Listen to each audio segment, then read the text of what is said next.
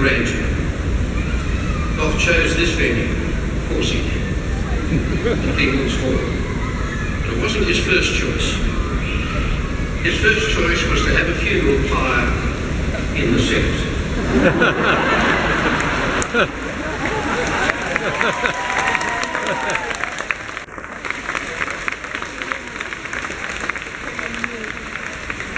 He rather liked the idea of taking the upper house with him,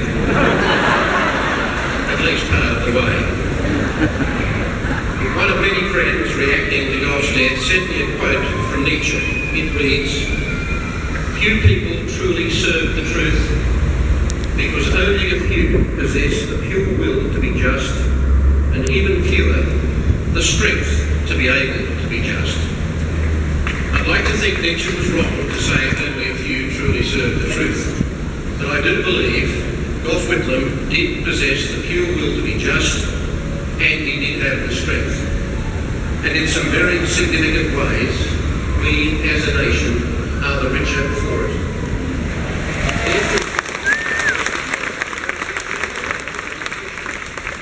One of them is to talk of celebrating life rather than mourning a death. We are here at the Sydney Town Hall today to do both. I'm Kerry O'Brien, and I'd like to welcome you all here on behalf of the family and thank you for coming. It's a privilege for all of us. Family members, Prime Ministers present and past, Governors General present and past, State Premiers and Governors, Aboriginal Elders, including members of Vincent Lingiari's family.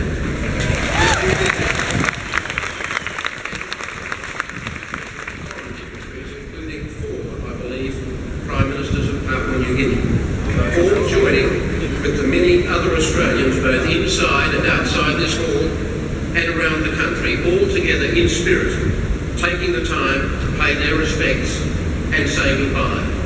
In Federation Square in Melbourne, in Freedom Plaza in Cabramatta, even in King's Hall at the old Parliament House, Gough's old hunting ground, they're gathered at this moment.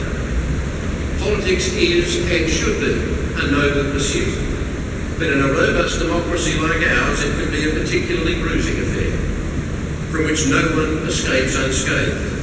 No politician is universally loved. We all know that. I was in Gippsland in Victoria as a reporter the day Gough told jeering farmers they had never had it so good. Some threw rotten tomatoes. That was because he'd cut the superphosphate out. But at some really fundamental level, both Gough and Margaret struck such a chord with so many millions of Australians, forged a deep and remarkable bond that lasted through decades, even continued to grow long after they left public life. How special it was to hear articulate young Australian students pausing in their exams to enter university to speak eloquently on television on the day he died about their sense of loss of a 98-year-old former politician who left office 39 years ago. There have been moments of embellishment in the wake of Gough's death. You expect it.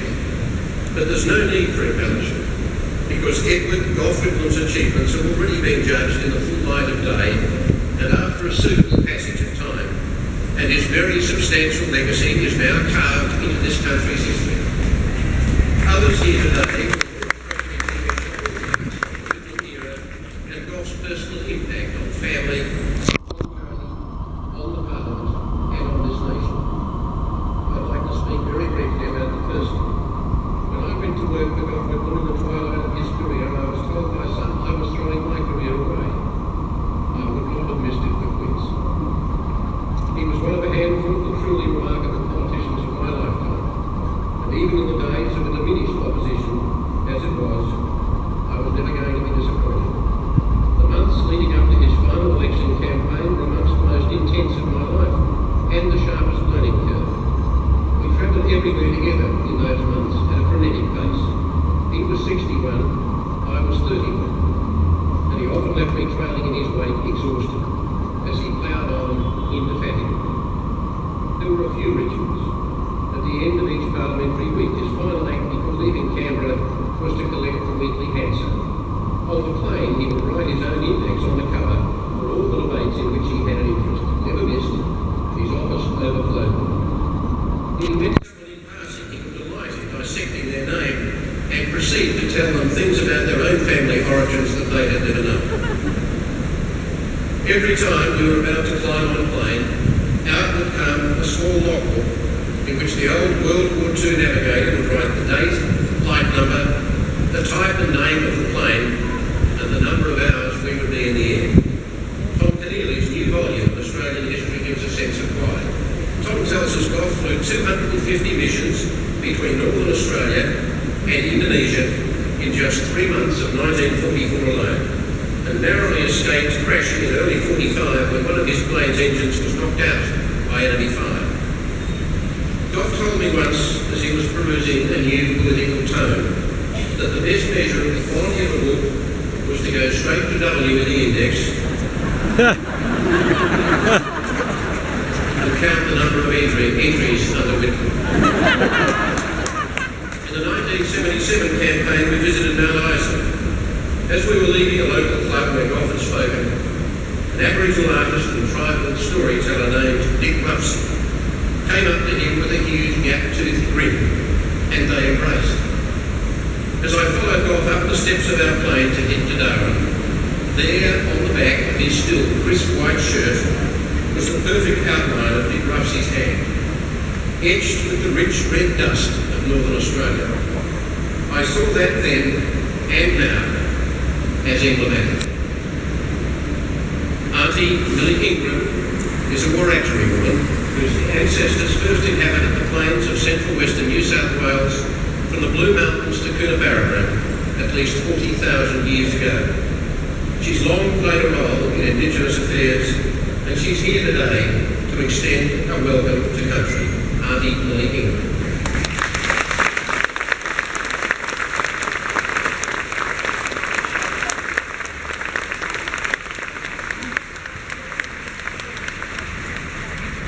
To the Whitlam family, honourable guests, ladies and gentlemen, Indigenous brothers and sisters, including those from the Obrien country, and one of our elders from way hill water, I welcome you here. Good morning.